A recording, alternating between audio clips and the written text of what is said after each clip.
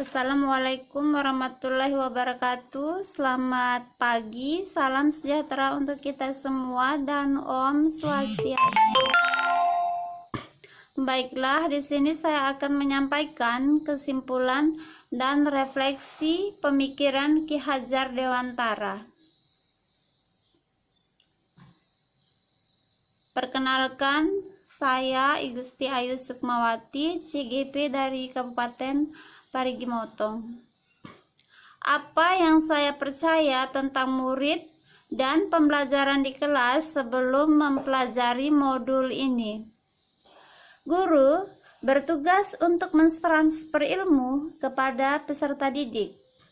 Guru adalah sebagai pusat pembelajaran di mana segala kegiatan berpusat kepada guru, bukan berpusat kepada siswa.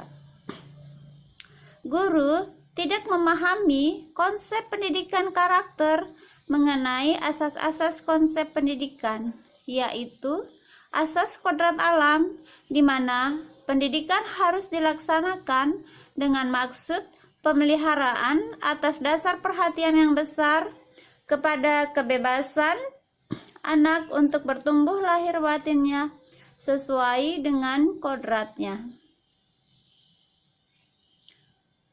Pusat pendidikan, sekolah, masyarakat, dan keluarga, di mana saya percaya bahwa keluarga menjadi tempat yang utama dan paling baik untuk melatih pendidikan sosial dan karakter baik bagi seorang siswa.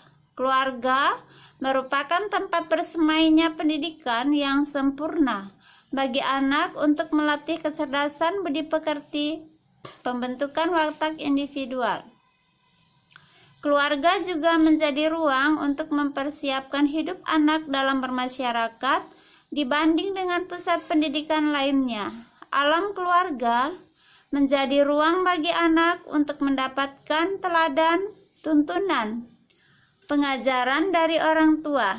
Keluarga juga dapat menjadi tempat untuk berinteraksi sosial antara kakak dan adik, sehingga kemandirian dapat tercipta karena anak-anak saling belajar antar satu dengan yang lain dalam menyelesaikan persoalan yang mereka hadapi. Oleh sebab itu, peran orang tua sebagai guru, penuntun, dan pemberi teladan menjadi sangat penting dalam pertumbuhan karakter baik anak. Apa yang berubah dari pemikiran atau perilaku saya setelah mempelajari modul ini? Menurut KHD, pendidikan itu adalah menuntun murid sesuai dengan kodratnya. Artinya, setiap murid mempunyai potensinya masing-masing. Setiap murid itu berbeda berbeda. Tugas kita sebagai pendidik untuk menuntunnya, mengarahkannya kepada potensi tersebut sehingga dia bisa menjadi lebih baik dan tumbuh menjadi murid yang memiliki inovasi dan kreativitas yang tinggi. Dalam menuntun perilaku dan pertumbuhan kodrat anak, KHD mengibaratkan peran pendidik seperti seorang petani atau tukang kebun. Anak-anak itu seperti biji tumbuhan yang disemai dan ditanam oleh Pak Tani atau Pak tukang kebun di lahan yang telah disediakan. Anak-anak itu bagaikan bulir-bulir jagung yang ditanam. Bila biji jagung ditempatkan di tanah yang subur dengan mendapatkan sinar matahari dan pengairan yang baik, maka meskipun biji jagung adalah bibit jagung yang kurang baik, kurang berkualitas, dapat tumbuh dengan baik karena perhatian dan perawatan dari Pak Tani. Demikian sebaliknya, meskipun biji jagung itu disemai adalah bibit berkualitas baik, namun tumbuh di lahan yang gersang dan tidak mendapatkan pengairan dan cahaya matahari, serta tangan dingin Pak Tani, maka biji jagung itu mungkin tumbuh namun tidak akan optimal. Dalam proses menuntun, anak diberi kebebasan, namun pendidik sebagai pamong dalam memberi tuntunan dan arahan agar anak tidak kehilangan arah dan membahayakan dirinya. Seorang pamong dapat memberikan tuntunan agar anak dapat menemukan kemerdekaannya dalam belajar.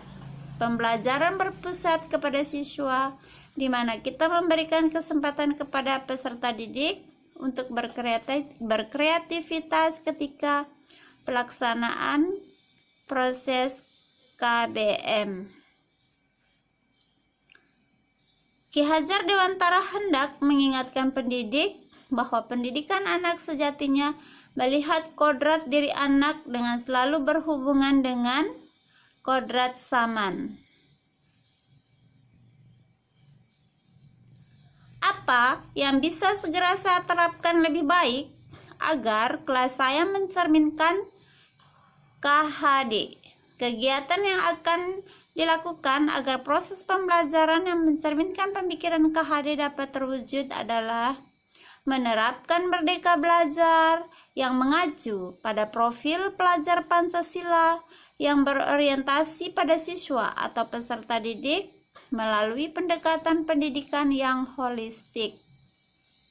Pendidikan holistik adalah pendidikan untuk membangun tumbuh kembang peserta didik dengan mengembangkan seluruh potensi yang ada pada diri peserta didik secara seimbang, meliputi intelektual, emosi, fisik, sosial, seni, dan potensi spiritualnya seiring sejalan dalam sebuah harmoni. Saya akan menerapkan konsep pembelajaran menurut pemikiran KHD. Ingarso Sumtulodo, sebagai seorang guru, kita harus bisa memposisikan diri sebagai pemimpin di depan, memberi contoh teladan bagi murid-muridnya.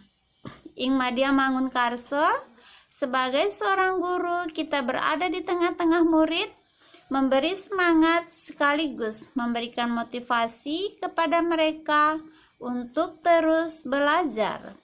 Tuturi Handayani, sebagai seorang guru, kita bisa berada di belakang murid-murid untuk memberikan dorongan, motivasi belajar untuk terus maju, berkarya, dan berprestasi.